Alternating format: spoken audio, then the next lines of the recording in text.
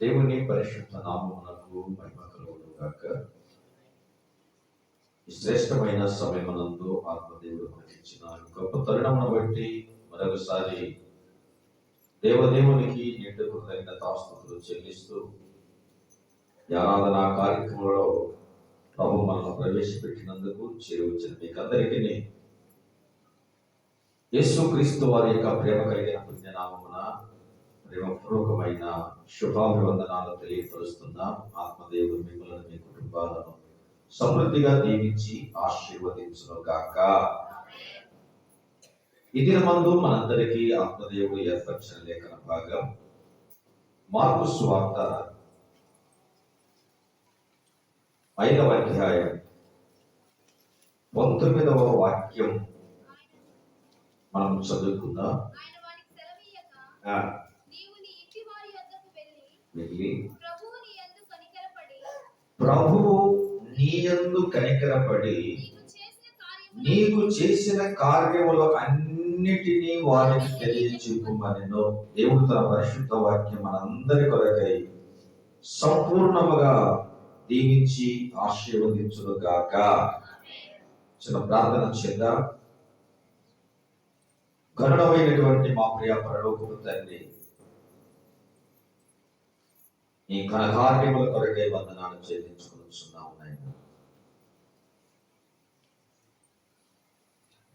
ఇదిగో మా దేవ, మీ కార్యములు మనుష్య జ్ఞానమునకు అందనటువంటివి. మీ వాక్కును పంపించి ఆనాడు అనేక మందిని మీరు బాగు చేసిన దేవుడవు. ఈనాడు మీ వాక్శక్తి చేత ప్రతి జీవితాల్లో మార్చబడలాగున, ప్రతి బ్రతుకులు రూపాంతర అనుభవానికి తీర్చిదిద్దబడలాగున మీరే సంఘములో ఆత్మకార్యములు జరిపించుమని, వాక్య రూపిణిగా మా మధ్య యొక్క సమయమునందు మీరు ప్రత్యక్షపరచబోతున్న విధానమును బట్టి వందనములు చెల్లిస్తూ, మాట్లాడేవారు మనుషులు కాదు, పరిశుద్ధాత్మడ మీరే మాట్లాడి మహిమ పొందమని, ఆత్మ సంగమతో చెప్పుచున్న మాట చెవికలవాడు వినడుగాక. వినేటటువంటి చెవులు ప్రతి ఒక్కరికి దయచేసి, వినుచున్నటువంటి ప్రతి ఒక్కరు విడిచిపెట్టి కొట్టుకుని పోయేటటువంటి వారుగా ఉండకుండా, వినిన వాక్య సంబంధమైన సత్ప్రవర్తన జీవితాన్ని కలిగి మీ రాకడలో ఎంతవరకు సిద్ధపరచబడ భాగ్యము దయచేసి మహిమ పొందమని కాపాడమని యేసుక్రీస్తు పుణ్యనామమును బట్టి ప్రార్థించుచున్నాము తండ్రి. ఆమేన్. మార్కు సువార్త 5వ అధ్యాయం 19వ వాక్యం. దినమందు మన యొక్క లేఖన భాగం ప్రభువు నీ యందు కనికరపడి నీకు చేసిన కార్యములు అన్ని. ప్రియ సంఘమా, ఈ వాక్యం మనందరికీ పరిచయమైనటువంటి సందర్భం. గెరాసేనుల దేశంలో ఉన్నటువంటి సానా దయ్యములు పట్టిన వాడు, వాడి పరిస్థితి, వాడి బ్రతుకు భూఘోరమైనది. దుర్గంధమైన పరిస్థితులు ఉన్నప్పుడు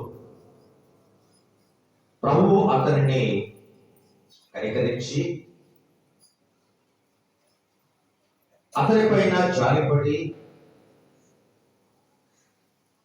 ఆ దయ్యపు శక్తులన్నింటినీ పారద్రోలి అతనికి సంపూర్ణమైనటువంటి స్వస్థత ప్రభు దయచేసినప్పుడు వాడు బట్టలు ధరించుకుని స్వస్థ చిత్తుడై ప్రభు సన్నిధిన కూర్చుండి ఉండుట మనం చూస్తూ ఉన్నాం. ఆనాడు ఆ వ్యక్తి మాత్రమే కాదు, ఈనాడు ప్రతి మనిషిని అనేకమైనటువంటి దయ్యపు శక్తులు పట్టి పీడిస్తూ ఉంటూ ఉన్నాయి. యేసుక్రీస్తు వారు నరావతారిగా ప్రత్యక్షమైనటువంటి, నరావతారిగా దిగి వచ్చినటువంటి, నరావతారిగా పుట్టినటువంటి కారణం ఏంటంటే ఈ యొక్క దురాత్మ శక్తులతో పీడింపబడుతున్నటువంటి వారిని ఆ దుష్ట శక్తుల నుండి విడిపించి మనుష్యులుగా తీర్చిదిద్ది మంచిని వారిలో నెలకొల్పి మంచిగా వారు బ్రతుకున్నట్లుగా, మంచిగా నడుచున్నట్లుగా, మంచిని అనేక మందికి పంచిపెట్టి ఇదిగో క్రీస్తు యేసు వారి యొక్క కృపలో అభివృద్ధి చెందులాగున ప్రతి వ్యక్తిని కూడా తీర్చిదిద్ది తన స్వరూపానికి మార్చి తన రాజ్యంలో వారసులుగా నిలవబెట్టుట కొరకే ఆయన పరలోకం నుండి భూలోకానికి వచ్చాడు. ఇతను బాగుపడిన తరువాత బట్టలు ధరించుకున్నాడు. బాగుపడక ముందు అతనికి వస్త్రములు లేవు. బాగుపడిన తరువాత ప్రభు పాదసన్నిధిలో కూర్చుండి ఉన్నాడు. అంతకు మునుపు వాడు సమాధులలో, కొండలలో తిరుగుచు రాళ్లతో తన శరీరంలో తాను గాయపరుచుకొనుచు కేకలు వేస్తూ తిరిగేవాడు. ఈనాడు అతడు ప్రభు పాదసన్నిధిలో కూర్చుండి ఉన్నప్పుడు ప్రజలందరూ భయపడుతూ ఉన్నారు. వారిని చూచి ప్రభు అంటూ ఉన్నారు, దేవుడు నీ యందు కనికరపడి నీకు చేసిన కార్యములో నీ ఇంటి వారి యుద్ధకు వెళ్ళి వారికి తెలియచెప్పు. ప్రేమైనటువంటి దేవుని బిడ్డలారా, యొక్క కృపాకాలమునందు ఈ సంవత్సరం అంతటిలో ప్రభువు నీ యందు నా యందు కనికరపడి నీ పట్ల నా పట్ల ఆయన కృపా కనికరములు వెల్లడిపరిచి ఆయన చేసిన కార్యములకు మనం ఎంత ఆయనకు కృతజ్ఞులమై జీవించగలుగుతూ ఉన్నాం. స్వస్థపడిన వాడు శరీర కార్యములు వెదకుచూ పురుగెత్తలేదు, కానీ స్వస్థపడిన వాడు లోకాశలకై, నేత్రాశలకై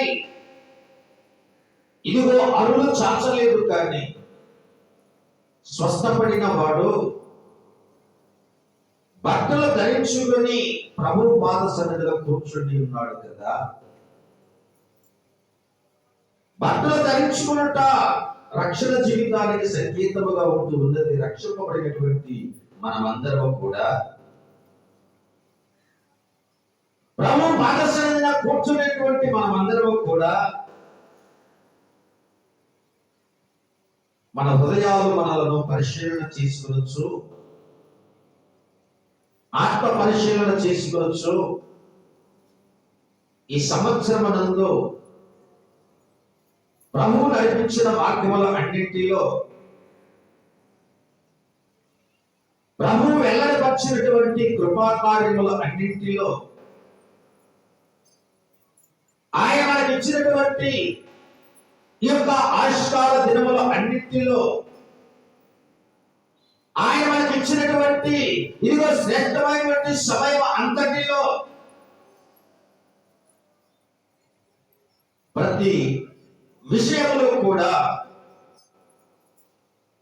ఎన్నో గొప్ప కార్యాలు ఇంతవరకు చేసి తన కనుపాప వల్ల మనందరినీ కూడా కాపాడి ఈ సంవత్సరం చివరి ఆదివారం ఈ రీతిగా ప్రభునామమున కనపరిచే కృప దేవుడు మనకి ఇచ్చినందుకు మనము దేవునికి రుణస్థులమే.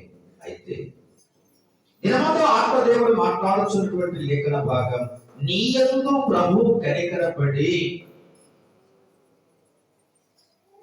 నీ కుటుంబమునందు ప్రభు కనికరపడి నీ పిల్లల యందు ప్రభు కనికరపడి నీ బ్రతుకును చూచి ప్రభువు కనికరపడి నీ పరిస్థితులను చూచి ప్రభువు కనికరపడి నీవు ఏ స్థితిలో పడి ఉన్నావో ఆ స్థితిని చూసి ఆయన కనికరపడి జాలిపడి దయతో ప్రేమతో ఆయన చేసిన కార్యముల అన్నిటినీ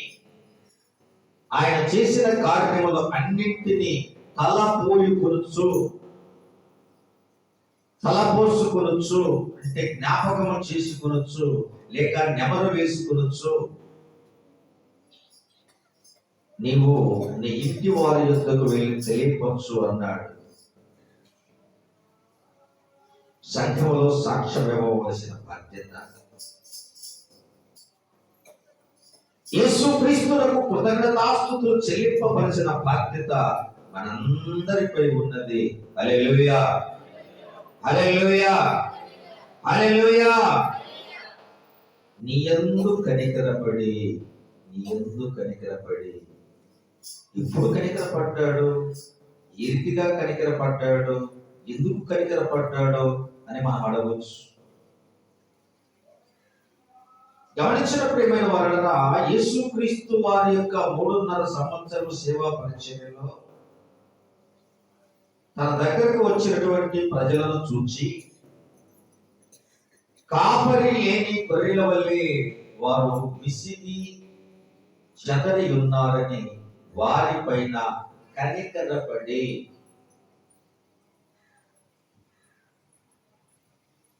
గుడ్డి భిక్షకులు కేకలు వేస్తూ ఉన్నప్పుడు ఆ గుడ్డి వారి స్థితిని చూచి కనికరపడి అక్కడ ప్రజల పైన కనికరపడి వారికి ఆహారం వడ్డించున్నాడు. గుడ్డి వారి పైన కనికరము పడి కను దృష్టిని ప్రసాదించి ఉన్నాడు. విధవరాలి కుమారుడు ఒక్కడయ్యుండి చనిపోయినప్పుడు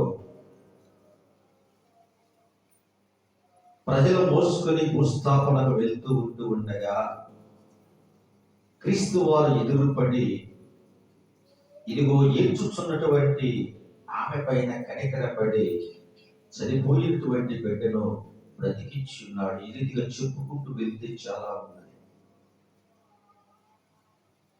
మనం ఏ పరిస్థితుల్లో ఉన్నా ఆ స్థితిని చూసి ఆయన కనికరపడ్డాడు. మనము ఎలాంటి ఇదిగో చిక్కులలో ఉన్నా మన దగ్గరకు వచ్చి కనికరపడి ఆ యొక్క చిక్కులన్నింటిని విడిపించాడు. ఆకలి తప్పులు అనబడినటువంటి ఆశలతో, కోరికలతో, కొరతలతో ఉన్నటువంటి ప్రతి బ్రతుకును ఆయన చూచి నీ ఆకలి అనబడినటువంటి ఆశలను, కోరికలను తీర్చడానికి ఆయన నీపైన కనికరపడి నీ ఆకలిని తీర్చిన దేవుడు. హల్లెలూయా. ఇదిగో నీకు నాకు శ్రేష్టమైనటువంటి పవిత్రమైన కనుదృష్టినిచ్చినటువంటి దేవుడు. ఇదిగో నీ బ్రతుకును, నా బ్రతుకును, మనందరి బ్రతుకులను ఆయన మరణములో నుండి జీవులోనికి దాటించిన దేవుడు. చూడండి, ఒక మాట మనం చదువుకుందాం. లూకా సువార్త 15వ అధ్యాయం 20వ వాక్యం త్వరగా చదువుకుని మనం ముందుకు వెళ్దాం. జాగ్రత్తగా వినాలి. వాడు ఇంకా దూరముగా ఉన్నప్పుడు తండ్రి వారిని చూచి కనికరపడి, హల్లెలూయా, హల్లెలూయా, ప్రభువు నీ యందు కనికరపడి నీకు చేసిన మేలు కార్యములు అన్నిటినీ తల పోసుకొనొచ్చు, నీ ఇంటి వారికి తెలియవచ్చు. ఈ సంవత్సరంలో ప్రభు మన మీద కనికరపడిన విధానం దూరముగా ఉన్నప్పుడే, సత్యములకు దూరముగా ఉన్నప్పుడే, దైవ సాన్నిధ్యములకు దూరముగా ఉన్నప్పుడే, దేవుని యొక్క ప్రేమకు దూరముగా ఉన్నప్పుడే, వాక్యములకు దూరముగా ఉన్నప్పుడే, సత్యములకు దూరముగా ఉన్నప్పుడే, ప్రేమ ఆప్యాయతలకు దూరముగా ఉన్నప్పుడే మనమైతే ప్రభువును ప్రేమించలేదు, ఆయనే మనలను ప్రేమించి మనము దూరముగా ఉన్నప్పుడు తండ్రి మనల్ని చూచి కనికరపడి పరుగెత్తి మెడ మీద పడి ముద్దు పెట్టుకున్నాడండి. ప్రభువుని యందు కనికరపడి నీవు చేసిన మేలులు జ్ఞాపకం ఉన్నాయా? ఈ సంవత్సరంలో ప్రభు మన స్థితిని చూచాడు, కనికరపడ్డాడు. ఈ సంవత్సరంలో ప్రభు మన కుటుంబ పరిస్థితులు చూచాడు, కనికరపడ్డాడు. ఈ సంవత్సరంలో ప్రభు మన బిడ్డలను చూచాడు, కనికరపడ్డాడు. ఈ సంవత్సరంలో ప్రభు మన పనులను చూచాడు, కనికరపడ్డాడు. కుటుంబ స్థితిగతులు మార్చివేశాడు, బిడ్డల బ్రతుకులను హెచ్చింపజేశాడు, చేతి పనులలో అభివృద్ధినిచ్చాడు. ప్రభువు నీ యందు కనికరపడి నీకు చేసిన మేలు కార్యములన్నీ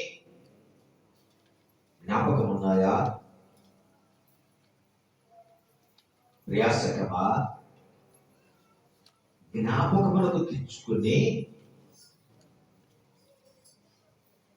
మన యందు కనికరపడి మనకు చేసిన మేలులన్నింటినీ ఈ చివరి ఆదివారం జ్ఞాపకములకు తెచ్చుకొని ఆయనకు మనము కృతజ్ఞతాభావముతో విరిగి వెలిగినటువంటి హృదయముతో మొక్కరిల్లి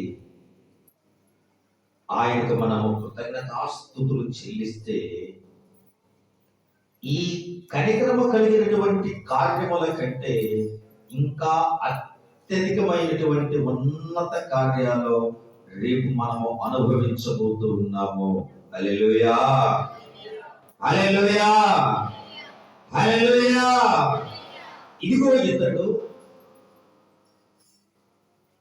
తండ్రి దగ్గరకు వస్తూ ఉంటే అతడు దూరముగా ఉండగానే, తండ్రికి దూరముగా ఉండగానే తండ్రి అతన్ని చూచి కనికరపడ్డాడు. ప్రియసఖమా, నిన్ను నన్ను చూచి అయ్యో ఇంకా అదే స్థితిలో ఉంటే నశించిపోతారే, ఇంకా అదే స్థితిలో ఉంటే పాడైపోతారే, ఇంకా అదే స్థితిలో ఉంటే నరకాగ్నికి వెళ్తారే అని ఆయన దూరముగా ఉన్నప్పుడే మనల్ని చూచి పరుగెత్తుకొని మన దగ్గరకు వచ్చి మనల్ని కౌగిలించుకొని ముద్దు పెట్టుకున్నాడు. పరలోకమందు ఆయన ఉన్నాడు, భూలోకములో మనం ఉన్నాము. భూలోకములో ఉన్నటువంటి మనలను పరలోకమునందు ఉన్నటువంటి ఆయన ఆ దూరము నుండి మనలను చూచి పరలోకము నుండి పరుగెత్తుకొని మన దగ్గరకు వచ్చి మనల్ని కౌగిలించుకొని ముద్దు పెట్టుకున్నాడు. ముద్దు ప్రేమకు సంకేతం, హత్తుకున్నత ఆప్యాయతకు సంకేతం, అనురాగానికి సంకేతం, మమకారానికి సంకేతం. అతని స్థితిని చూచి తండ్రి జాలిపడ్డాడు. మన స్థితిని చూచి యేసయ్య జాలిపడ్డాడు.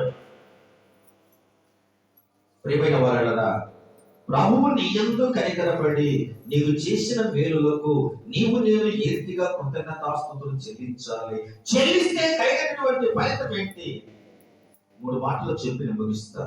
ఇదే అధ్యాయం మొదటి మాట, 15వ అధ్యాయం 21, 22 వాక్యాలు చదువుతాను. అప్పుడు ఆ కుమారుడు అతనితో, తండ్రి తండ్రి నేను పరలోకమునకు విరోధముగాను నీ ఎదుటను పాపము చేసితిని, ఇక మీదట నీ కుమారుడునని అనిపించుకున్నకు యోగ్యుడను కాననెను. హల్లెలూయా. ఇంతగా నన్ను ప్రేమించినది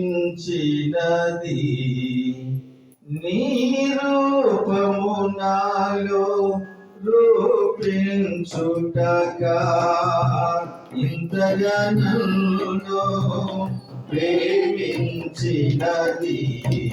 నీ రూపము నాలో రూపించుటగా.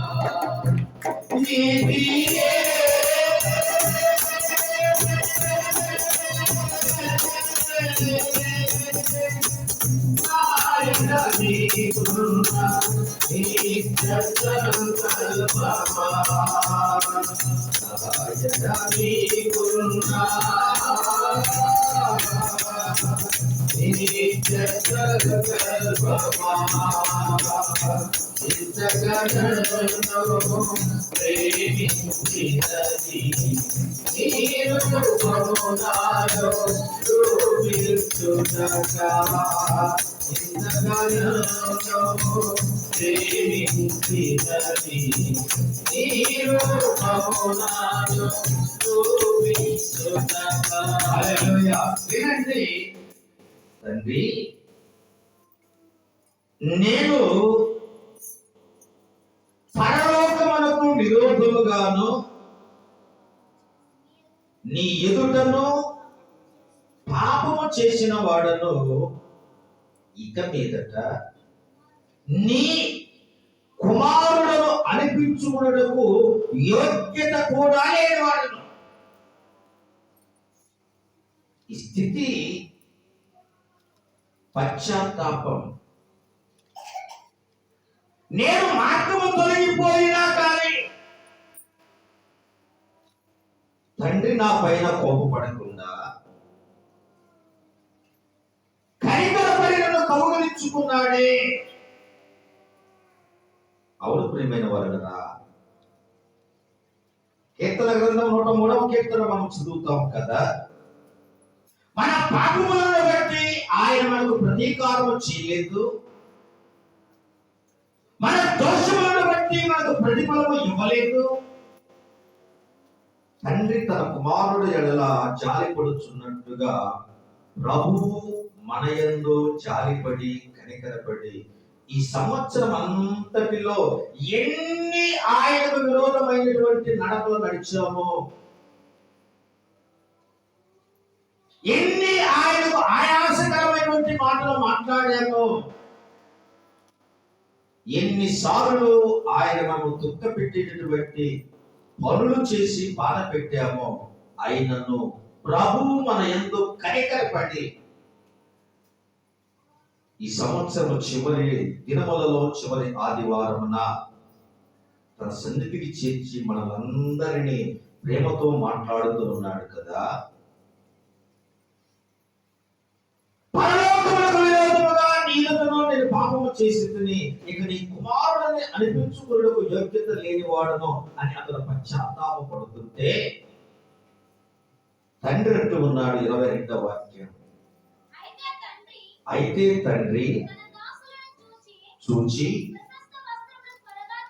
తెచ్చి కట్టి పెట్టి తొలగించుడి.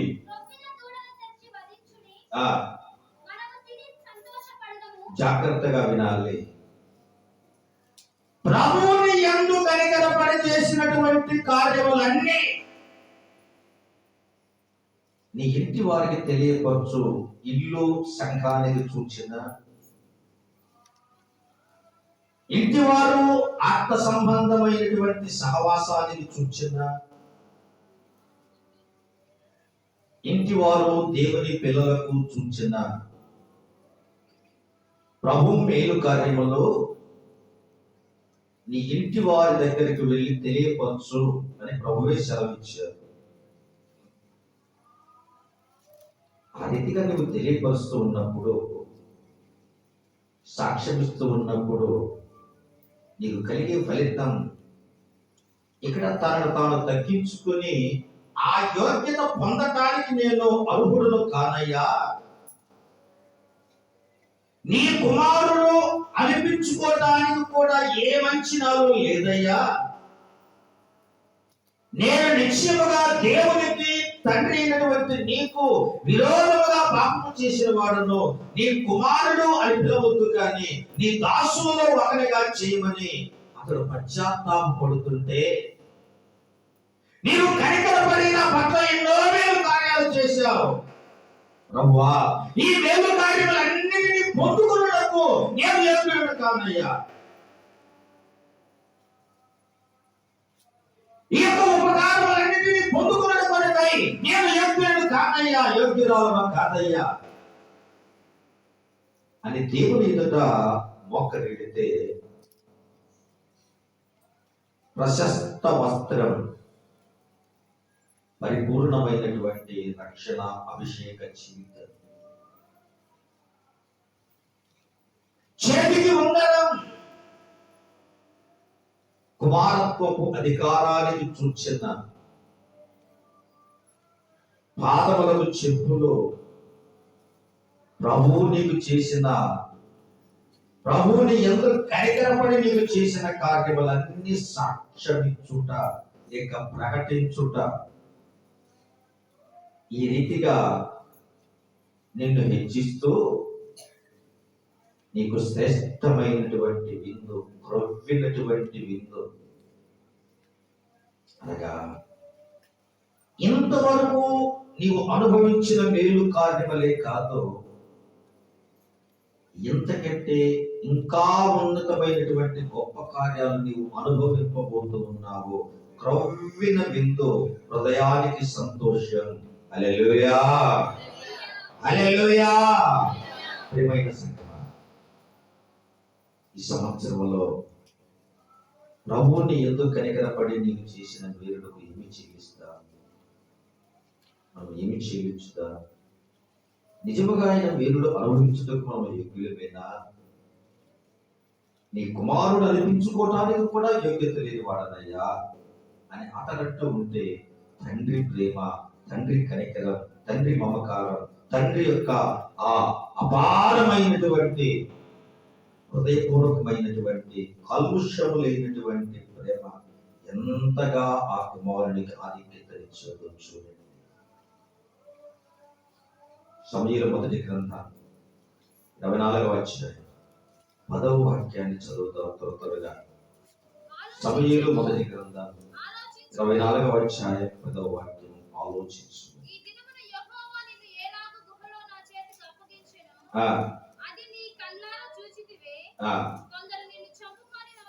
ఈ మాట జాగ్రత్తగా వినాలి. కొందరు నిన్ను చంపుమని నాతో చెప్పినను నేను నీ యందు కనికరించి, నేను నీ యందు కనికరించి, కొందరు నిన్ను చంపుమని నాతో చెప్తూ ఉంటే నేను నీ యందు కనికరించి, మరలా చెప్తూ ఉన్నా, కొందరు నిన్ను చంపుమని నాతో చెప్తూ ఉంటే నేను నీ యందు కనికరించి, కనికరపడి నీవు చావకూడదని. ఎవరు ఈ కొందరు?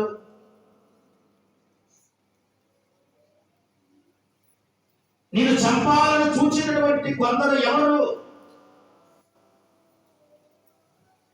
శత్రు సమూహం, సాతాను యొక్క సమూహం. నేను చంపాలని చూచినటువంటి కొందరు దురాత్మల సమూహం. శోధనలు, బాధలు, ఆపదలు నిన్ను చంపాలని చూస్తూ ఉన్నాయి, అనగా ఆత్మీయముగా నిన్ను పతనము చేయాలని చూస్తూ ఉన్నాయి. నిందలు, అవమానములు, ఆర్థిక పరిస్థితులు నిన్ను చంపి వేయాలని ఇవన్నీ గుంపుకూడి చంపివేయమని నాతో చెప్తూ ఉంటే నేను నీ యందు కనికరపడి నేను నీ యందు కనికరపడి నీవు చనిపోవట నాకు ఇష్టం లేక నీ ఆయుష్ను నేను పొడిగించి ఉన్నాను. నీవు అభిషేకించబడిన వాడని. దావీదు మహారాజు మన ప్రభువైన యేసుక్రీస్తు వారిని చూచింది. శరీర సంబంధముగా చావు కాదు, అది దేవుని చేతిలో ఉన్నది. ఆత్మ సంబంధమైనటువంటి చావు, నిన్ను చంపాలని రకరకాలైనటువంటి పరిస్థితుల్లో నిన్ను చుట్టుముట్టుచూ ఉన్నప్పుడు నీ ఆత్మీయతను చంపివేయాలని, నీ ప్రార్థనా జీవితాన్ని చంపివేయాలని, నీ భక్తిని చంపివేయాలని, నీ స్థితిగతులను పతనం చేయాలని, ఇదిగో యొక్క లోకములో తిరుగులాడుచున్నటువంటి సమస్త చీకటి సంబంధమైన దురాత్మల శక్తులు, పరిస్థితులు,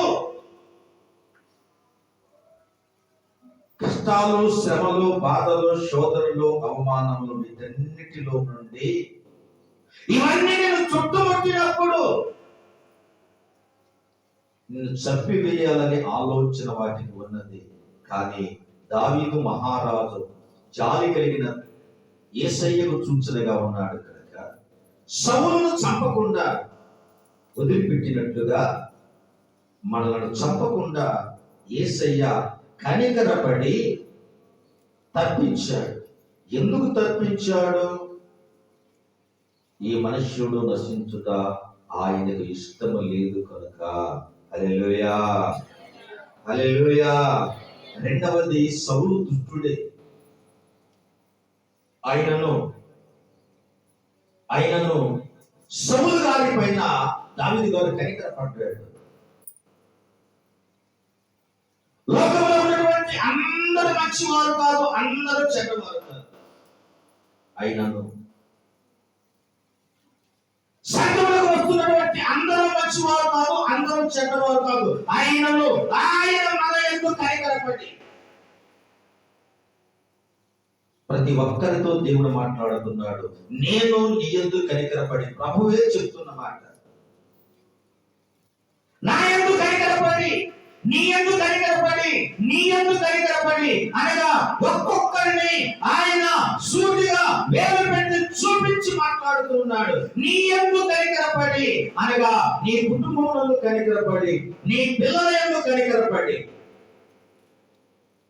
అందరూ కొందరు నిన్ను చంపాలని చూస్తూ ఉంటే నేను కనికరపడి నీ ప్రాణాన్ని తప్పించాను కదా. ప్రభువుని ఎందుకు కనికరపడి నీకు చేసిన మేలు కార్యములు ఎన్ని. ప్రాణము తప్పించాడు, బ్రతుకును దరిద్ర స్థితి నుండి ఉన్నతమైన స్థితికి నడిపించాడు, దయ్యాలు పట్టిన జీవితము నుండి పరిపూర్ణమైనటువంటి ఆశీర్వాదకరమైనటువంటి బ్రతుకులు ఇచ్చాడు కదా. నీ ఎందుకు కనికరపడి నీవు యేసయ్యకు ఏమి చెల్లించగలవు? యేసయ్యకు ఏమి చెల్లించుకుందా? ఏమి చెల్లించి ఆయన కొరకు తీర్చుకుందా? ఆలోచించండి. రెండవ మాట, సమూయేలు 2వ గ్రంథం 9వ అధ్యాయం 8వ వాక్యం చదువుకుందాం. సమూయేలు 2వ గ్రంథం 9వ అధ్యాయం 8, 9 వాక్యాలు చదవడమ్మా. అతడు నమస్కరించి చచ్చిన కుక్క వంటి వాడనైన నా ఎడల నీవు దయచూపుటకు నీ దాసుడునకు నేను ఎంతటి వాడను. ఎవరి వ్యక్తి? మెఫీబోషెతు. ఎవరి కుమారుడు? యోనాతాను కుమారుడు. దావీదు గారిని హింసించినటువంటి సౌలు కుటుంబం ఎవరు మిగలలేదండి. ఈ మెఫీబోషెతు ఒక్కడే. అతడు కూడా కుంటివాడు, రాజ్యానికి దూరముగా లోదే బారులో మాకీరు ఇంటిలో అతడు ఉన్నాడు. మాకీరు ఇల్లు జోదగాని యొక్క ఇల్లు. మాకీరు ఇల్లు సమాధుల గొట్టి. లోదేబారు ప్రేతాలు నివసించేటటువంటి స్థలం. కుంటివాడైనటువంటి యొక్క వ్యక్తి లోదేబారులో మాకీరు ఇంటిలో. రెండవ అర్థం, లోదేబారు అనగా లోకానికి చూచిన, మాకీరు ఇల్లు అనగా సాతాను సంబంధమైనటువంటి సహవాసానికి చూచిన. ఒక రాజకుమారుడు, ఒక నీతిమంతుని వంశంలో పుట్టినటువంటి వ్యక్తి రెండు కాళ్ళు కుంటివి, నడవలేడు. చివరికి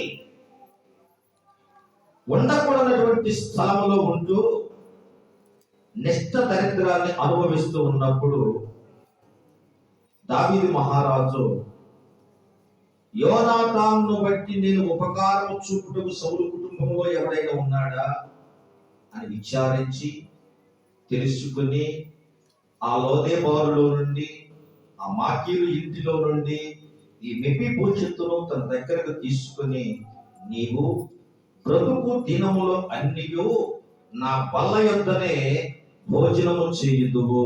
హల్లెలూయా, హల్లెలూయా. ప్రభువుని యందు కనికరపడి నీవు చేసిన కార్యం. మనము లోదేబారులో ఉన్నాం, సమాధుల మట్టిలో ఉన్నాం. మనం లోదేబారులో ఉన్నాం, సత్యన స్థితిలో ఉన్నాం. మనం లోదేబారులో ఉన్నాం, దుర్గంధమైనటువంటి కంపు కొట్టే జీవితంలో ఉన్నాం. మాకీరు ఇంటిలో ఉన్నాం, సాతానుడి యొక్క ఇంటిలో ఉన్నాం, చీకటిలో ఉన్నాం, బంధకాలలో ఉన్నాం, అసూయ ద్వేషాలతో ఉన్నాం, పగా ఈర్ష్యలతో ఉన్నాం, అహంకారంతో ఉన్నాం, దైవ సన్నిధికి నడవలేనటువంటి కుంటితనం, మోకరించలేని కుంటితనం, దేవుడిని వెతకలేనటువంటి కుంటితనం, పాప భూయిష్టమైనటువంటి బ్రతుకులో మునిగి తేల్చున్నటువంటి కుంటితనం, అంతటి భ్రష్టమైనటువంటి జీవితాన్ని జీవిస్తున్నటువంటి ఈ యొక్క మెఫీబోషెతు పట్ల దావీదు గారు ఎంతటి ప్రేమ చూపించాడో, నీ పట్ల నా పట్ల కూడా ప్రభు అంత ప్రేమ చూపించి తన దగ్గరకు తీసుకుని, తన బల్ల దగ్గరకు తీసుకుని వచ్చి, నీవు చిరకాలం బ్రతికినంత కాలం నా బల్ల యొద్దనే భోజనము చేయుదు. హల్లెలూయా, హల్లెలూయా, హల్లెలూయా అన్నప్పుడు ఈ మెఫీబోషెతు అంటూ ఉన్నాడు, ఏమని? చచ్చిన కుక్క వంటి వాడనైనా రాజుగారి దగ్గరకు వచ్చిన మెఫీబోషెతు నమస్కరించి, అంటే చేతులు జోడించి వినయ విధేయతలతో, ఇది రాజు సన్నిధి, ఇది రాజ్య సింహాసనం, ఇది న్యాయస్థానం అని గుర్తిరిగినటువంటి మెఫీబోషెతు రాజుగారికి నమస్కరించి, కారణం ఆ స్థలములో నుండి ఇదిగో తీసుకుని రాబడ్డాను. అదే లూకా సువార్తలో మనం చదువుకున్న మాట, అతడు దూరముగా ఉండగానే తండ్రి వారిని చూచి వారి యందు కనికరపడి, ఆ తండ్రియే మన ప్రభు అయిన యేసుక్రీస్తు వారు మనల్ని చూచి, మనము పడినటువంటి స్థితిని చూచి, మెఫీబోషెతు పైన దావీదు మహారాజు గారు ఎంతటి ప్రేమ చూపించారో అంతకంటే అపారమైనటువంటి ప్రేమ ప్రభు మన పట్ల చూపించి తన దగ్గరకు చేర్చుకొని, నీవు చిరకాలం నా బల్ల యొద్దనే భోజనము చేయుదువు అన్నప్పుడు అతని హృదయపూర్వకమైనటువంటి పశ్చాత్తాపం, నమస్కరించి అసలు రాజాస్థానంలోనికి వెళ్ళడానికి యోగ్యత లేనివాడు రాజు దగ్గరకు రాబడ్డాడు, తీసుకుని రాబడ్డాడు రాజాజ్ఞను బట్టి. ఆ రాజాజ్ఞ దేవుని వాక్య సందేశం. హల్లెలూయా, హల్లెలూయా. వాళ్ళ ఎద్దుకు మనము చేరి వచ్చినటువంటి మనం నమస్కరించి ప్రభువుకు స్తుతి చెల్లించవలసిన బాధ్యత. ఏ రీతిగా? చచ్చిన కుక్క వంటి వాడనైన నా ఎడల. చచ్చిన కుక్క పరిస్థితి ఎవరు ప్రేమించరండి. చచ్చిన కుక్క పట్ల ఎవరు జాలి, దయ, కనికరము చూపడండి. చచ్చిన కుక్కను ఈడ్చి ఊరి వెలుపల తీసుకుని వెళ్ళి పడవేసి వస్తారు. నీవు నేను కూడా ఎవరూ ప్రేమించలేని స్థితిలో ఉంటే, మనుష్యుల ప్రేమ ఎలాంటిది అంటే, నీ దగ్గర అన్ని ఉన్నప్పుడు, ధనం ఉన్నప్పుడు, పదవి ఉన్నప్పుడు, హోదా ఉన్నప్పుడు, పేరు ఉన్నప్పుడు అందరూ నేను నా వారు అంటారు.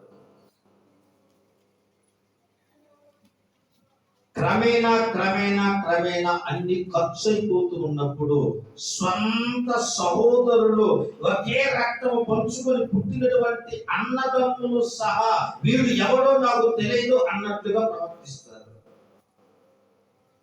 ఇది మనుష్యుల ప్రేమ.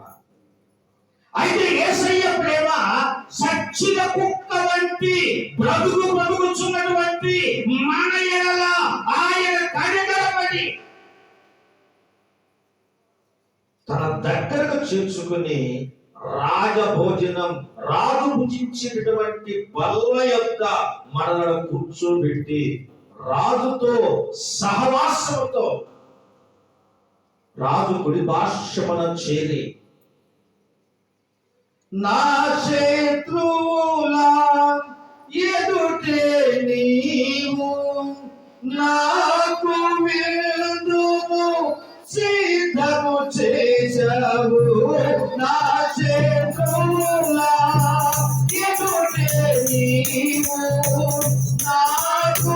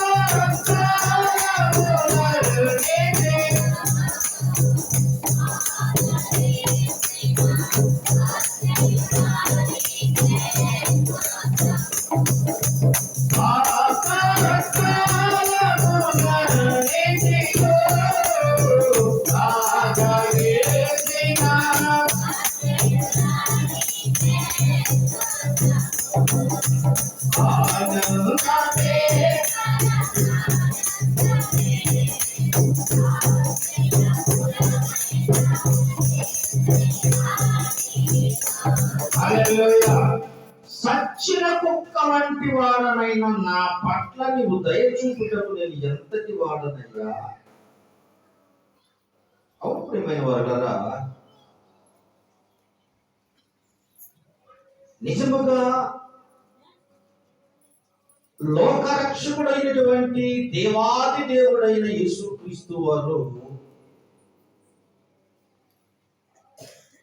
మనల్ని ప్రేమించడానికి మనలో ఏ మంచితనం ఉన్నది? ఏ మంచి చూచి ఆయన మనల్ని ప్రేమించాడు? ఏ మంచి లేదండి. నిజముగా మన బ్రతుకులు, మన తీరు, మన యొక్క ప్రవర్తన అంతేనా కూడా చచ్చిన కుక్క కంటే ఇంకా భ్రష్టమైనది. అంతగా తనను తాను తగ్గించుకుని రాజు దగ్గర విజ్ఞాపన చేస్తుంటే రాజు ఏమంటూ ఉన్నాడో చూడండి. 9వ వాక్యం చదువుదాం. అప్పుడు రాజు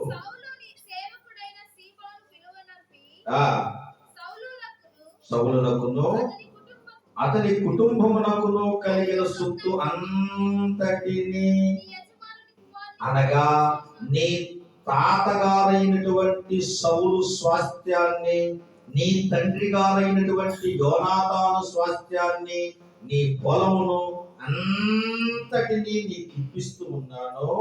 రెండవదిగా, ఇదిగో నీవు ఆ యొక్క పొలమును వ్యవసాయం చేయవలసిన పని లేదు. సేవకులే నీ పొలాన్ని వ్యవసాయం చేసి ఆ పొలంలో పండినటువంటి పంటను తీసుకుని వచ్చి నీ ఇంటికి, నీ భార్యా పిల్లలకు ఇదిగో ఆహారముగా వారు సమర్పిస్తారు. నీవు మాత్రం నా బల్ల యొద్దనే భోజనం చేస్తూ ఉంటావు. హల్లెలూయా, హల్లెలూయా. ప్రభువుని ఎందుకు కనికరపడి చేసినటువంటి మేలు కార్యం, నీ తండ్రి గారు, నీ తాతగారు, నీ ముత్తాతల పోగొట్టుకున్న స్వాస్థ్యం, అదే రక్షణ భాగ్యం ప్రభువు నీకు నాకు ఇచ్చాడు. మన పితరులు పోగొట్టుకున్నటువంటి సొత్తు, మన తాత ముత్తాతలు పోగొట్టుకున్నటువంటి ఆస్తి, వారు పోగొట్టుకున్న సమస్త ఆశీర్వాదాలు ప్రభు మన దగ్గరకు తీసి మీరు అనుభవించండి, మీ కుటుంబం అనుభవించండి, మీ పిల్లలు ఆశీర్వదింపబడండి, మీరు శాంతి సమాధానంతో బ్రతకండి, మీరు నెమ్మదిగా జీవించండి, నా బల్ల యొద్దనే నీవు సదాకాలం భోజనము చేయించుదువు. ప్రియమైన వారలారా, ఈ దినమందు నీవు నేను పలకవలసిన మాట ఏంటంటే, ఈ సంవత్సరం అంతటిలో ప్రభు మనల్ని కనికరించి చేసిన మేలులు అన్నిటికీ కూడా ఇన్ని మేలులు పొందుకోవడానికి నేను ఏ పాటి వాడనయ్యా, సజ్జన కుక్క వంటి వాడనైనా నా ఎడల దయచూపుటకు, నా కుటుంబం ఎడల, నా భార్యా పిల్లల ఎడల ఇదిగో నువ్వు దయచూపుటకు మేము ఎంతకి వారము తండ్రి. ఈనాడు మేము బ్రతికి ఉండుట కేవలం నీ చిత్తమే. మనం బ్రతికి ఉండుట దేవుని ఉచితమైనటువంటి కృప కనికరములు మాత్రమే కారణం. మనకంటే గొప్పవారు, విద్యావంతులు, ధనవంతులు, అందచందములు కలిగిన అనేకులు సమయాన్ని చూడలేక ఇదిగో ఆ యొక్క భూమిలో బాధ పెట్టబడ్డారు. మనం బ్రతికున్నామంటే ప్రభువు మన యందు కనికరపడి అన్ని విషయాలలో అన్ని సహాయం చేసి అన్నిటిలో తృప్తినిచ్చి అన్నిటిని అనుభవిస్తూ ఈ సంవత్సరాన్ని ఇదిగో మనము ఇక కొద్ది రోజులలో దాటి నూతన సంవత్సరంలో ప్రవేశించబోతూ ఉన్నాం. హల్లెలూయా, హల్లెలూయా, హల్లెలూయా. ప్రభువుని ఎందుకు కనికరపడి చేసిన మేలు కార్యములన్నీ ఈ ఇంటి వారికి తెలియవచ్చు. కీర్తన గ్రంథం 86వ కీర్తన 13వ వాక్యం త్వరగా చదవాలి. ఒక మాట ఉన్నది, చదివించి ముగిస్తా. 86వ కీర్తన 13వ వాక్యం. ప్రభువా నా దేవా,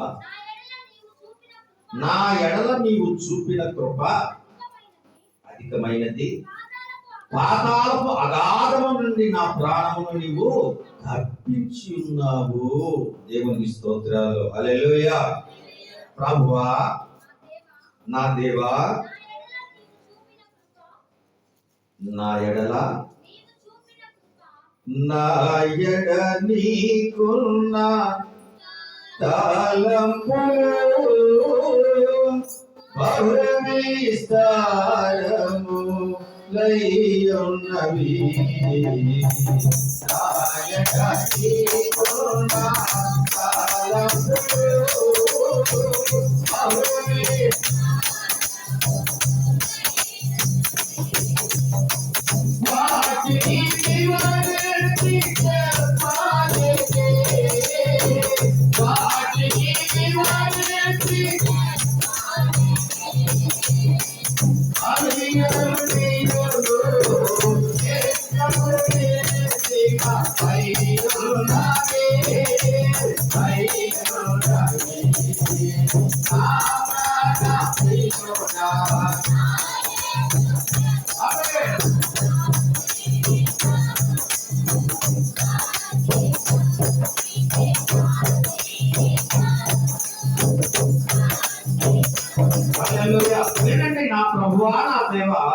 నా ఎడల నీవు చూపిన కృప అధికమైనది. నీవు చూపిన కృప లెక్కింప శక్యము కానటువంటిది, ఆకాశ మహాకాశములు పట్టజాలనటువంటిది. నా ఎడల నీవు చూపినటువంటి కృప, ప్రేమ, ఆప్యాయత, నీ ఉపకారములకు నేనేమి చెల్లించగలనయ్యా? కారణం, పాతాళపు అగాధము నుండి నా ప్రాణాన్ని నువ్వు తప్పించావు.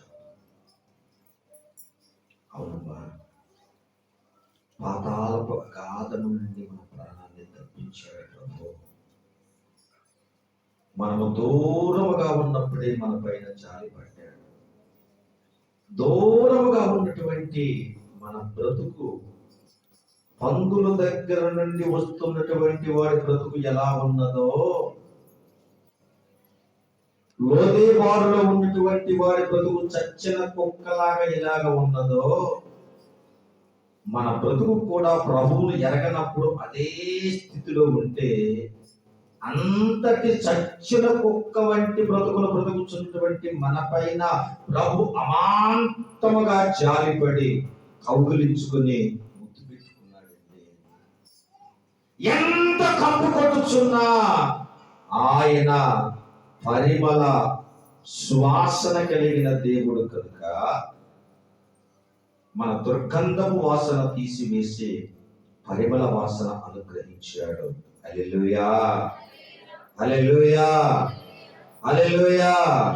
కనుక ప్రియమైన వారలారా, ప్రభువు నీ యందు కనికరపడి నీకు చేసిన కార్యములో నీకు యొక్క సంవత్సరముల జ్ఞాపకం ఉన్నాయా? చివరి మాట, రూతు గ్రంథం 2వ అధ్యాయం 10వ వాక్యం. రూతు గ్రంథం 2వ అధ్యాయం 10వ వాక్యం. అందుకు ఆమె సాగిలపడి తల వంచుకొని ఏమి తెలిసి పరదేశినైన నా యందు లక్ష్యముంచునట్లు. మా వినండి, చిన్న కుమారుడు అన్నాడు, తండ్రి, నీ కుమారుడు అనిపించుకున్నటకు నేను యోగ్యత లేని వాడిని, కూలి వాండలో ఒకరిగా చేర్చుకొచ్చాను. మెఫీబోషెత్ అన్నాడు, చచ్చిన కుక్క వంటి వాడనైనా నా ఎడల దయ చూపుటకు నేను ఏ పాటి వాడనయ్యా? ఇక్కడ రూతం అంటూ ఉంది, ఏమి తెలిసి అంటే నన్ను గురించి నీకేం తెలుసు? నేను మోయాబు నుండి వచ్చాను, విగ్రహారాధన నుండి వచ్చాను. ఏమి తెలిసిన ఆయన నువ్వు కనికరపడ్డావు? శాపగ్రస్తమైన స్థలం నుండి నేను వచ్చాను. అందుకు ఆమె సాగిలపడి, అంటే బోయాజు పాదముల దగ్గర సాష్టాంగ నమస్కారం బోర్లబడి ఆమె మాట్లాడుతుంది. ఏమి తెలిసి పరదేశనైన నా యందు లక్ష్యముంచావయ్యా? అవును ప్రియ దేవుని బిడ్డలారా,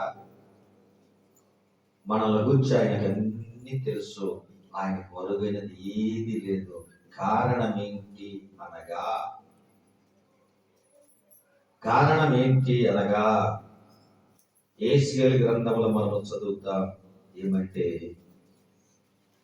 దుష్టుడు దుర్మార్గములో మరణించుట నాకెంత మాత్రమైన సంతోషమా?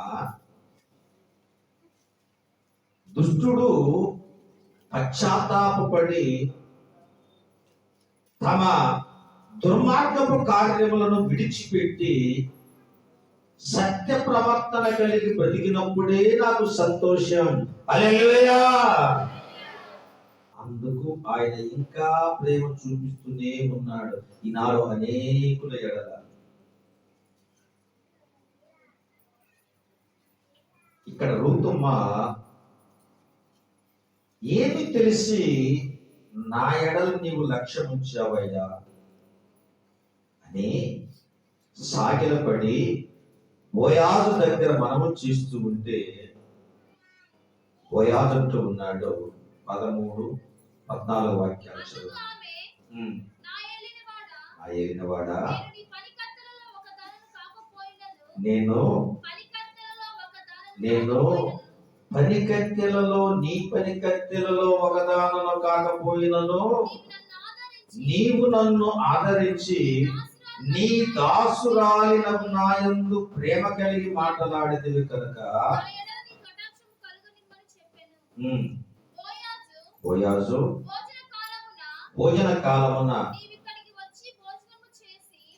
ఏమి తెలిసి నా ఎడల నీవు ఇదిగో కటాక్షము కలిగి ఉన్నావు అంటున్నటువంటి రూతమ్మతో బోయాజు అంటూ ఉన్నాడు దయ కలిగి, భోజన కాలమున నీవు ఇక్కడికి వచ్చి భోజనము చేసి చిరకలో నీ మొక్క ముంచుకుని తినుమని ఆమెతో చెప్పగా చేను కోయి వారి యొద్ద ఆమె కూర్చుండెను.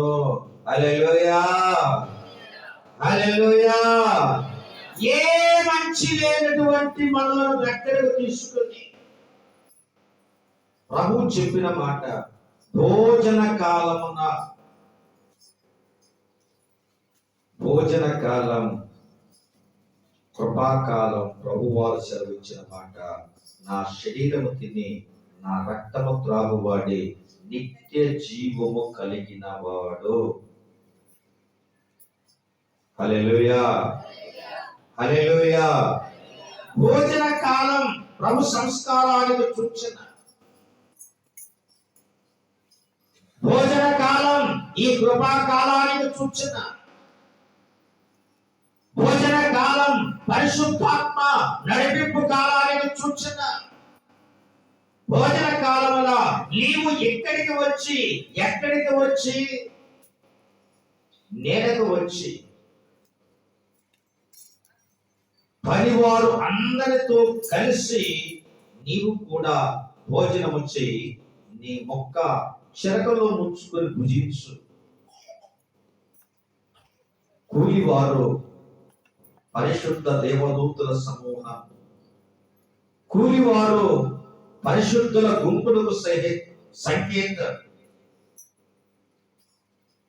దేవదూతులతో సమానముగా నీకు హక్కు.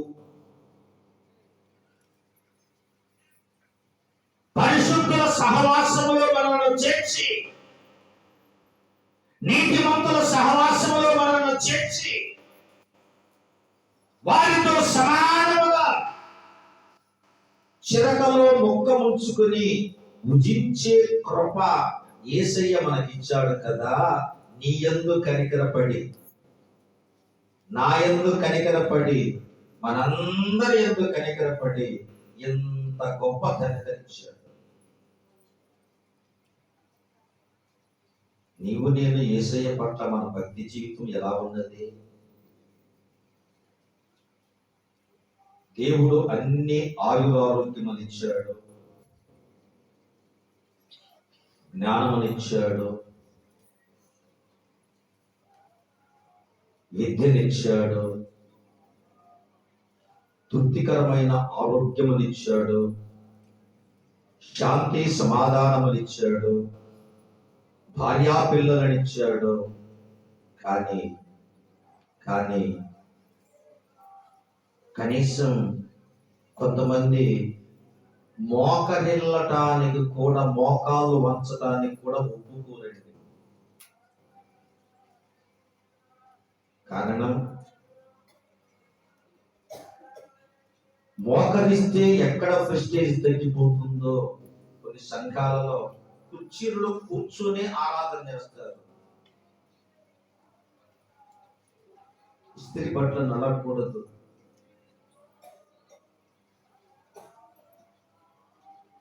రూతమ్మ సాగిలపడి నమస్కరించినది. మెఫీబోషెతు ఇదిగో సాగిలపడి నమస్కరిస్తూ ఉన్నాడు. ఈనాడు రాజు అనబడినటువంటి ప్రభు సన్నిధికి వచ్చిన నీవు నేను మనమందరం ప్రభు పాదముల దగ్గర వినయముతో విధేయతతో సాగిలపడుతున్నావా?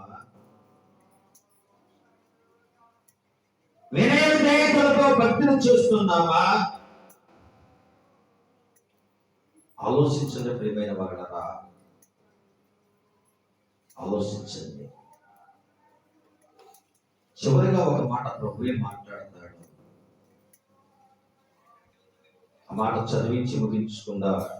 రాజుల 2వ గ్రంథం 10వ అధ్యాయం 15వ వాక్యం చివరి మాట చదువుకుని ముగించుకుందాం. రాజుల 2వ గ్రంథం 10వ అధ్యాయం 15వ వాక్యం చదువుదాం.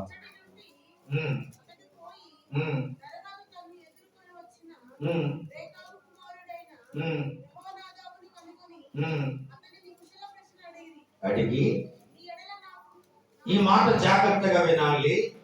నీ ఎడల నాకు ఉన్నట్టుగా నా ఎడల నీకు ఉన్నదా? హల్లెలూయా. ఎట్లా? నీ ఎడల నాకున్నట్లుగా నా ఎడల నీకున్నదా? ఎవరు మాట్లాడుతున్నారు? సరే, సందర్భం వేరు. ఆత్మదేవుడు మనందరితో మాట్లాడుతున్న మాట.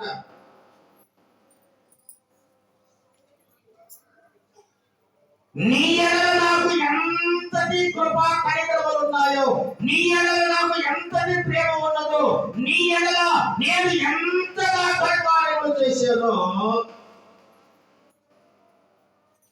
కనికరపడి నీకు ఎన్ని గొప్ప కార్యాలు చేశానో, నీ ఎడల నాకున్నట్లుగా నా ఎడల నీకున్నదా? అనగా ప్రభువు మన ఎడల ఎంతో ప్రేమ, వర్ణింప శక్యము కానటువంటి కృపా కార్యాలు జరిగించారు కదా ఈ సంవత్సరం అంతటిలో. అయితే ప్రభు ఎడల మనము ఎలాంటి స్థితి కలిగి ఉన్నాం, ప్రభు ఎడల ఎలాంటి ప్రేమ కలిగి ఉన్నాం, ప్రభు ఎడల ఎలాంటి మమకారం కలిగి ఉన్నాం, ప్రభు ఎడల ఎలాంటి కృతజ్ఞతా జీవితం మనం కలిగి ఉన్నాం. ఆలోచించండి. నీ ఎడల నాకు ఉన్నట్టుగా ఆత్మదేవుడు మాట్లాడుతున్నాడు. ఓ విశ్వాసే, నా ఎడల నీకున్నదా? దేవుని ఎడల మన భక్తి ఎలా ఉన్నది? దేవుని ఎడల మన ప్రవర్తన ఎలా ఉన్నది?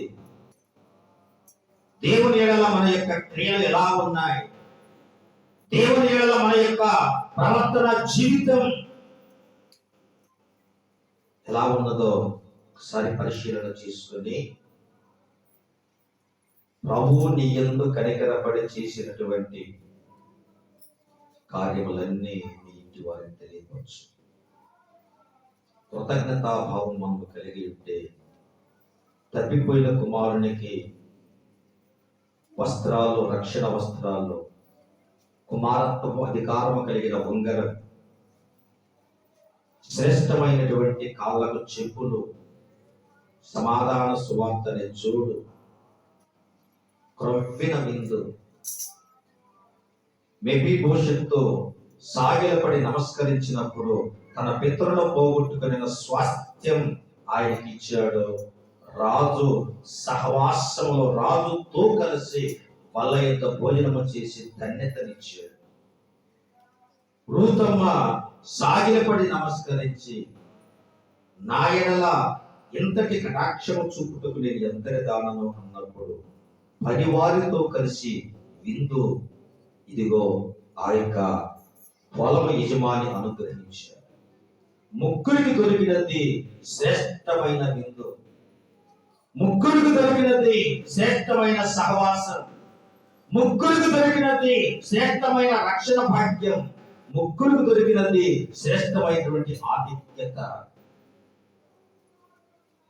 పొందుకునే వారు రక్షకుడైన విశ్వాసులకు చూచిన నీ యందు కనికరపడి ఇన్ని కార్యాలు చేశాడు కదా.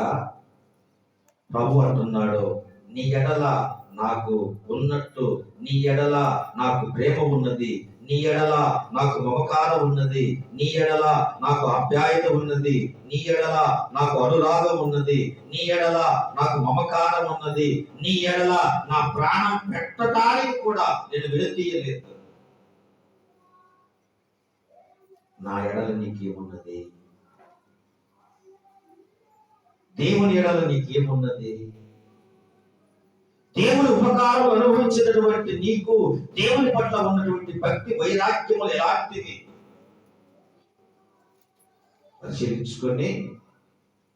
పరీక్షించుకొని ఈ సంవత్సరం చివరి ఆదివారం ఆత్మదేవుడు మనతో మాట్లాడినటువంటి మాట, నీ ఎడల నాకున్నట్టుగా నా ఎడల నీకున్నదా?